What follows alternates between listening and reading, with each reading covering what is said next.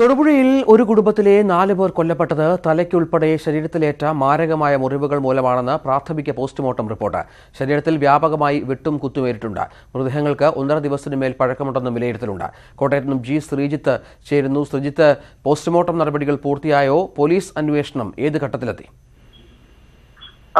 Ranjith, postmortem പൂർത്തിയായ ശേഷം മൃതദേഹം അല്പസമയം മുമ്പാണ് തൊടുപുഴയ്ക്ക് കൊണ്ടുപോയിരിക്കുന്നത്.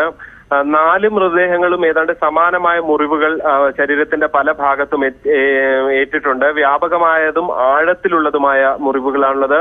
ആയുധം ഉപയോഗിച്ചുകൊണ്ടുള്ള കൊലപാതകമാണ് നടന്നതെന്നും പോസ്റ്റ്മോർട്ടത്തിൽ കണ്ടെത്തിയിട്ടുണ്ട്. തലയ്ക്കും ഇത്തരത്തിൽ തന്നെ വളരെ ശക്തിയായ അടിയേറ്റിട്ടുണ്ട്. അങ്ങനെ വിവിധ സ്ഥലത്തുണ്ടായ മുറിവുകൾ, ശരീരത്തിന്റെ വിവിധ ഭാഗങ്ങളിലുണ്ടായ മുറിവുകളാണ് മരണകാരണമെന്ന് വിലയിരുത്തലാണ് പോലീസിനെ സംബന്ധിച്ചുള്ളത്. ഈ ഫോറൻസിക് സംഘത്തെ സംബന്ധിച്ചുള്ളത്. എന്തായാലും ഇക്കാര്യത്തെക്കുറിച്ച് പോലീസ് അന്വേഷണം തുടങ്ങിക്കഴിഞ്ഞിരിക്കുന്നു. പോലീസിന് ഇതുവരെയും എന്തെങ്കിലും ഒരു തുമ്പ് കിട്ടിയതായി വിവരം പുറത്തു വന്നിട്ടില്ല. ബന്ധുക്കൾ, ഇവരുമായി ബന്ധപ്പെട്ടിരുന്നവർ, അടുത്ത ദിവസങ്ങളിലൊക്കെ സംസാരിച്ചിരുന്നവരെയൊക്കെ ചുറ്റിപ്പറ്റിയുള്ള അന്വേഷണമാണ് പോലീസ് നടത്തിക്കൊണ്ടിരിക്കുന്നത്. 1.5 ദിവസത്തിന് മേലാണ് ഈ ഒരു സംഭവം ഉണ്ടായിട്ട്. ഈ മൃതദേഹങ്ങളുടെ കാലപ്പഴക്കം 1.5 ദിവസത്തിന് മേലുണ്ടെന്നും പോസ്റ്റ്മോർട്ടം പരിശോധനയിൽ കണ്ടെത്തിയിട്ടുണ്ട്. രഞ്ജിത്ത്. ശരി, ശ്രീജിത്ത്.